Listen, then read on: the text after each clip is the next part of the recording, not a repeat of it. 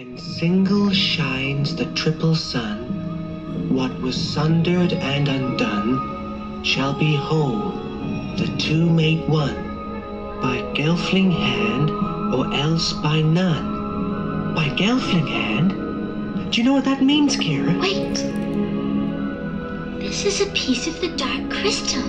Then that's what my master meant. Yes. Peace. Now it's a vibrate. Y'all know what it is. The connection with the word. One of the connections, because again, it's with the etymology of the word nigger. You know what I'm saying? It could translate into naga and many other things. You know what I'm saying? It's also used for the word, dark or black in some cases. But right here, the word Niggard in essence, but you see the word nigger in it. It's connected to stingy or withholding gifts. And I put a side note right here with the Skeksis. The Skeksis off of the movie Dark Crystal. They were basically, dealing with, deterioration because of basically parasitic implosion from withholding all the occult knowledge. And what I mean by parasitic implosion, again, I done spoke of it, like, implode, like the torus field implodes, like goes inward. And then, it explodes outward in a healthy manner. The energy is flowing inward, outward. But, what happens when, the torus field is only taking in things, and not putting anything out, and what was experienced, in past lives in one way or another, was the withholding of information, at one time, And again, the Skeksis end up becoming like deteriorated beings because they were withholding all of the occult knowledge. So withholding or being stingy, stingy or withholding gifts, stingy or withholding, the occult knowledge, That's why the Skeksis were deteriorating, because they were trying to, hold all the power to themselves, and hence why right now, you see a lot of melanated beings, a lot of people who tapped into the energy of magic, and alchemy, telling truths and expressing these truths about it, not withholding the information to prevent, this energy of, becoming like a parasite like the Skeksis in the movie Dark Crystal. And then, also again, just showing the connection with Maya, the word Maya, again, Maya, the illusion, because that's also another name for, this earth plane experience, Maya could also see the connection with the Matrix, Maya also definition wise could equate to occult power or the craft, the craft, we talk about magic or witchcraft, and not in a negative way, because again, whether it's a magician, witchcraft, magic, alchemy, they are, subtle differences, but in essence, just some form of occult power, though they all have that in common, basically, again, the occult, that which is hidden, using the hidden powers, but, and again, those hidden powers could be used for things that are beneficial just as much as it could be used for something to harm others. It could be helpful or harmful depending on how you apply it, So it's not all good, not all bad. And again, Maya, the illusion, again, knowledge of magic, aka creator of illusions, because again, magicians, and even again down to the magicians of how they depicted it as far as like pulling a rabbit out of the hat, but even that, is forms of illusions, the whole David Blaine and all that type of stuff. But then on a true level, on a spiritual level, there is magic in in our lives as far as magic manifestations and things of this nature, you know what I'm saying? Knowing how to manipulate things within this illusion, you know. And again, seeing how that connects to being in the Matrix, because again, the Matrix is an illusion, aka, you know, a place where magicians could, you know, manipulate the illusion, you know what I'm saying, and create, you know, different illusions. And we could create illusions that is beneficial for us, or we could create illusions that are harmful for us, you know.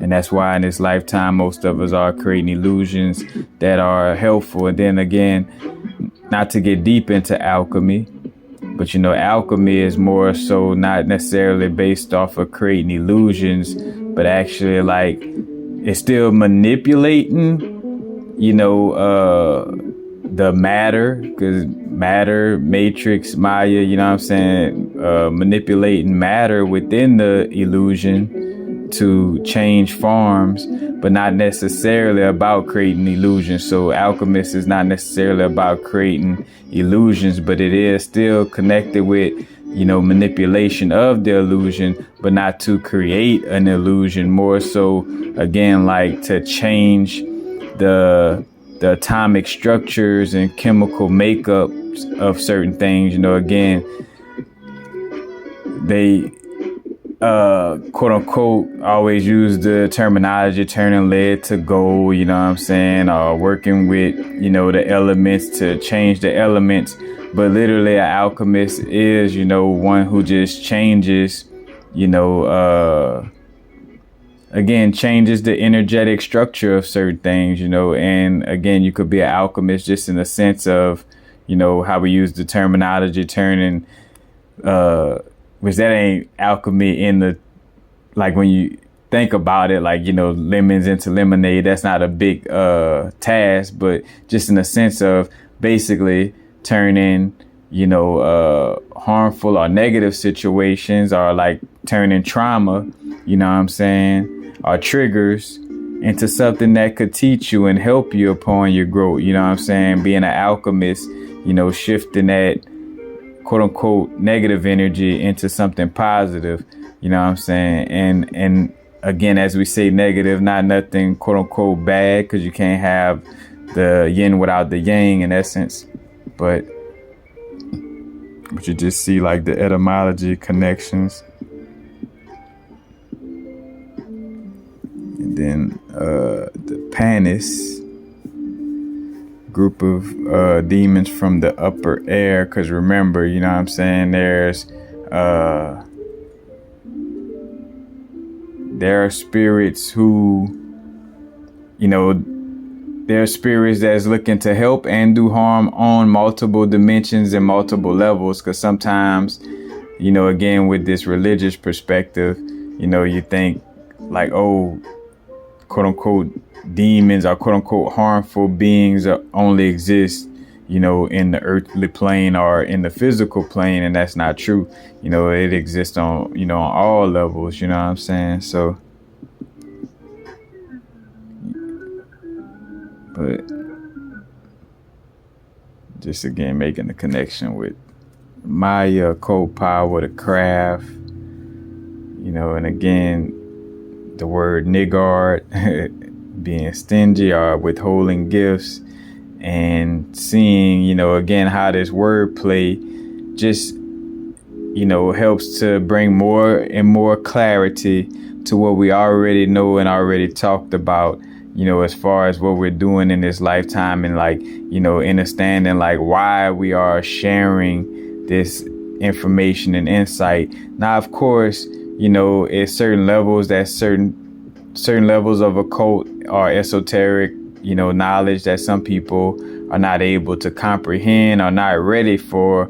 But, you know, even with that being said, there's still, you know, a lot of it being shared openly, you know what I'm saying, to everybody, you know. And even if some classes or, you know, some books may cost a lot, let's just say, you know, is about what you value, you know, in essence, where, you know, if we could buy a house or shoes or a car, then you could pay for expensive esoteric or occult book or class, you know what I'm saying? So even though, you know, some forms of the occult or esoteric knowledge may have like a quote unquote paywall in front of it, it's still in some essence accessible, you know what I'm saying?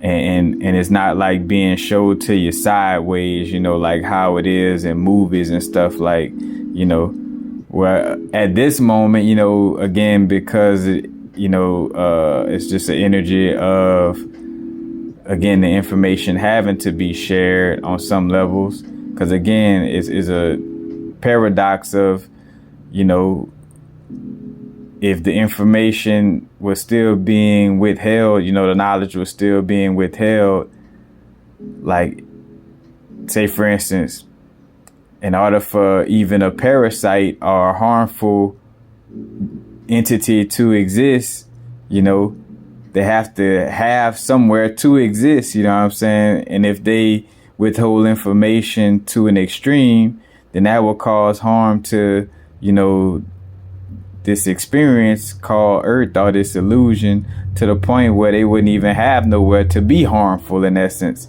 You know what I'm saying? So it gotta share some information, you know what I'm saying, in order to even, you know,